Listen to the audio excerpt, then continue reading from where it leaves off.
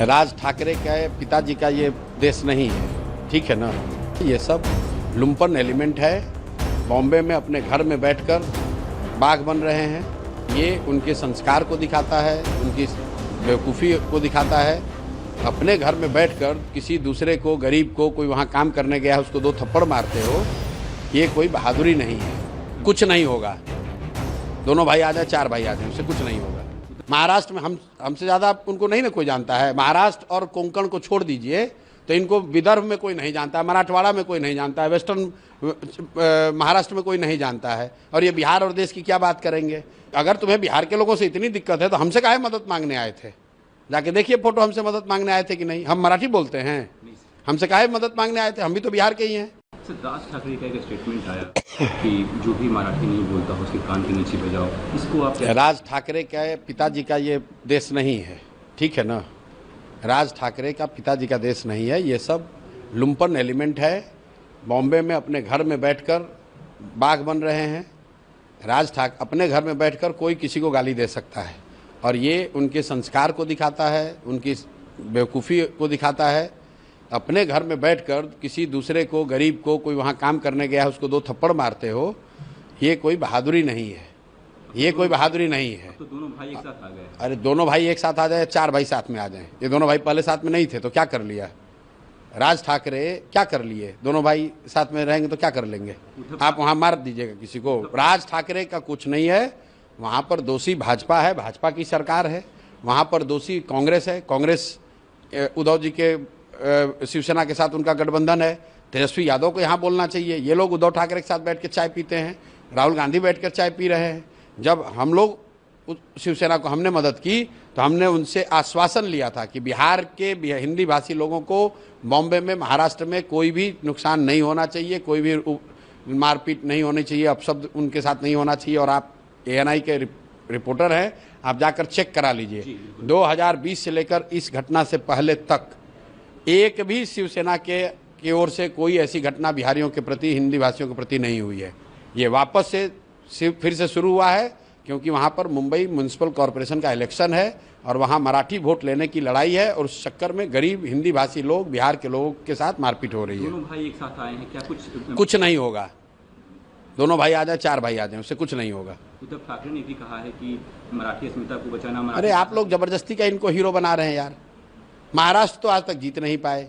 महाराष्ट्र में हमसे ज़्यादा उनको नहीं ना कोई जानता है। महाराष्ट्र और कोंकण को छोड़ दीजिए तो इनको विदर्भ में कोई नहीं जानता है, मराठवाड़ा में कोई नहीं जानता है, वेस्टर्न महाराष्ट्र में कोई नहीं जानता है, और ये बिहार और देश की क्या बात करेंगे। मैं आपको फिर से दोहरा रहा हूँ, आप कहते हैं कि आप सनातन को मानते हैं, हिंदू धर्म को मानते हैं।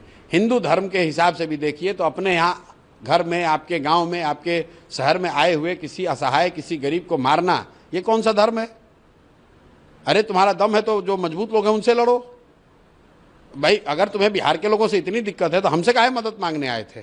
जाके देखिए फोटो, हमसे मदद मांगने आए थे कि नहीं। हम मराठी बोलते हैं, हमसे काहे मदद मांगने आए थे? हम भी तो बिहार के ही हैं। ये यही धर्म सिखाता है। किसी अपने से कमजोर व्यक्ति पर अत्याचार करना, ये ना धर्म है, ना राजनीति है, ये सिर्फ बदमाशी है, और कुछ नहीं।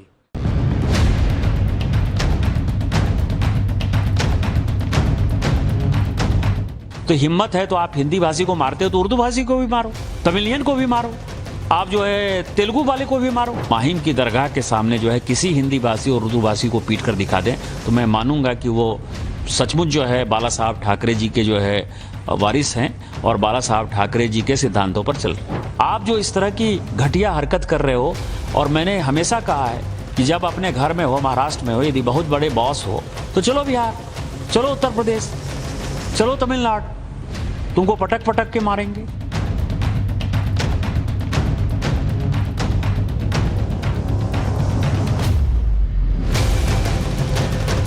महाराष्ट्र में जो हिंदी भाषा को लेकर जो चल रहे हैं, तो आपने भी इस पर ट्वीट किया है, विशेषकर हिंदी भाषी लोगों को मुंबई में मारने वाले यदि हिम्मत है तो मुंबई में उर्दू भाषियों को मार डालना चाहिए। देखिए क्या है कि आप क्या कर रहे हो कि मराठी बोलना होगा?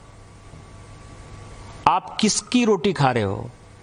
वहाँ टाटा है, बिरला है, रिलायंस है, कोई महाराष्ट्र में यूनिट नहीं है। सब टैक्स पेयर जो है, टाटा यदि बिहार झारखंड नहीं होता, उस वक्त बिहार नहीं होता, टाटा ने तो पहली फैक्ट्री वहीं बनाई।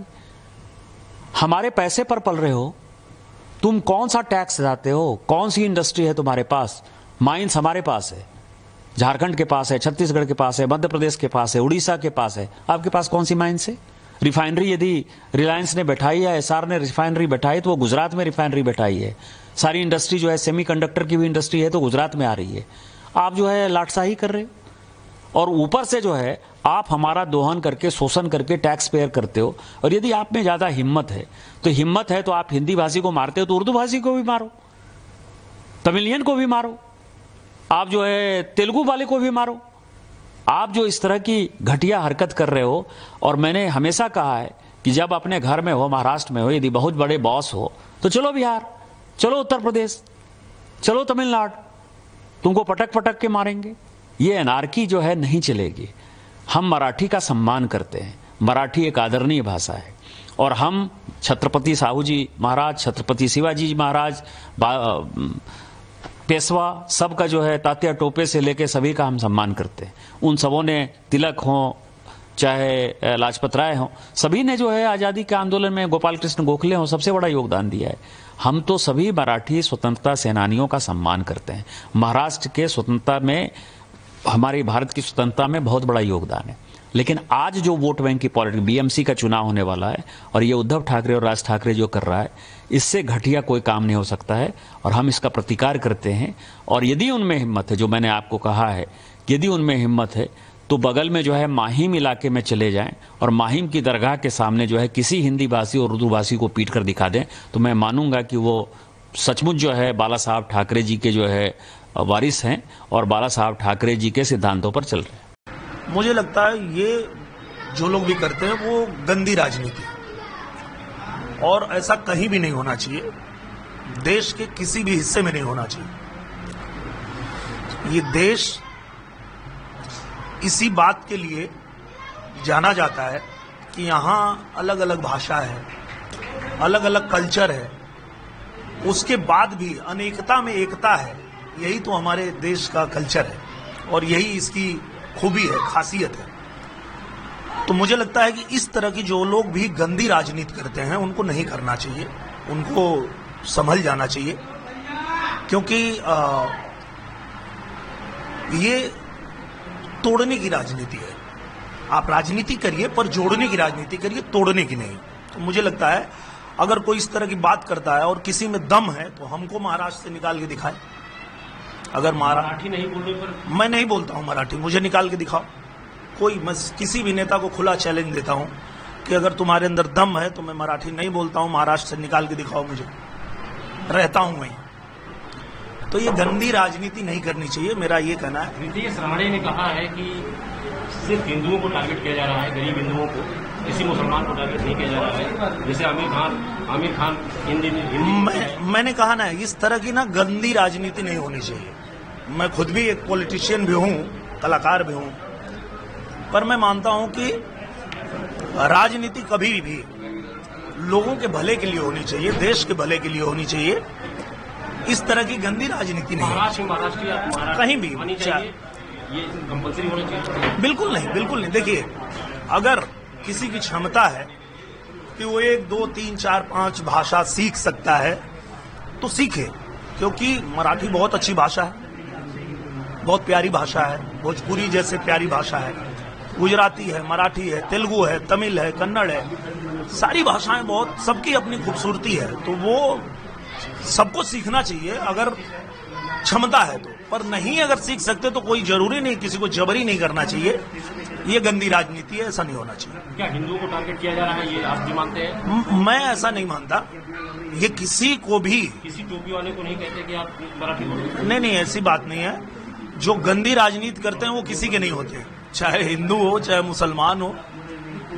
जो गंदी राजनीति करते हैं वो गंदी राजनीति करते हैं, और वो किसी के नहीं होते हैं। मैं तो ये मानता हूँ। नहीं, निशिकांत दुबे जी को मैं विनती करता हूँ कि बिहार का जो राजनीति है, वहाँ का जो इलेक्शन स्ट्रैटेजी है, वो महाराष्ट्र में आप मत इम्प्लीमेंट करो। आप कहा तो भी बिहार का इलेक्शन, वेस्ट बंगाल का इलेक्शन ध्यान में रखते हुए महाराष्ट्र की जो इक्वालिटी है वो कहाँ पे तो डिस्टर्ब आप कर रहे हो। दूसरी बात, हम जो बोलते हैं मराठी मानुस कौन है, जो महाराष्ट्र में जन्म लेता है, वो गुजराती हो सकता है, वो राजस्थान से हो सकता है, वो साउथ से हो सकता है, नॉर्थ से हो सकता है, लेकिन यहाँ पे जन्म लेने के बाद मराठी के बारे में आदर होना चाहिए, महाराष्ट्र के बारे में आदर होना चाहिए। और जो व्यक्ति मराठी और महाराष्ट्र के खिलाफ बोलता है, महाराष्ट्र में रहते, उसको हम बोल रहे हैं कि ये गलत चीज तू कर रहा है। अभी यहाँ पे निशिकांत दुबे जी को अगर बिहार की जिम्मेदारी राजनीति में दी होगी तो उसके एंगल से वो स्टेटमेंट कर रहे हैं। उनको मैं विनती करता हूँ, एक बार महाराष्ट्र आके ये स्टेटमेंट बोल के दिखाओ, फिर आपको पता चलेगा मराठी लोग कैसे इमोशनल है। और दूसरी बात, ये कोई भोजपुरी एक्टर है जो बिहार का बीजेपी का पदाधिकारी है, वहां की राजनीति, वहां की स्ट्रैटेजी, वहां का जो इलेक्शन है वो ध्यान में रखते हुए जैसे सुशांत सिंह राजपूत का हुआ था, वैसे ही यहाँ पे कुछ वातावरण करने का वो कोशिश कर रहा है या हीरो बनने की कोशिश कर रहा है। मैं बोल रहा हूँ, एक बार आके दिखाओ, फिर देखते क्या होता है। अगर आपको मराठी महाराष्ट्र की मान सम्मान रखना है तो आप वेलकम हो, लेकिन यहाँ पे आके आप मराठी और महाराष्ट्र के खिलाफ बोलोगे तो ये लोग एक्सेप्ट नहीं करेंगे।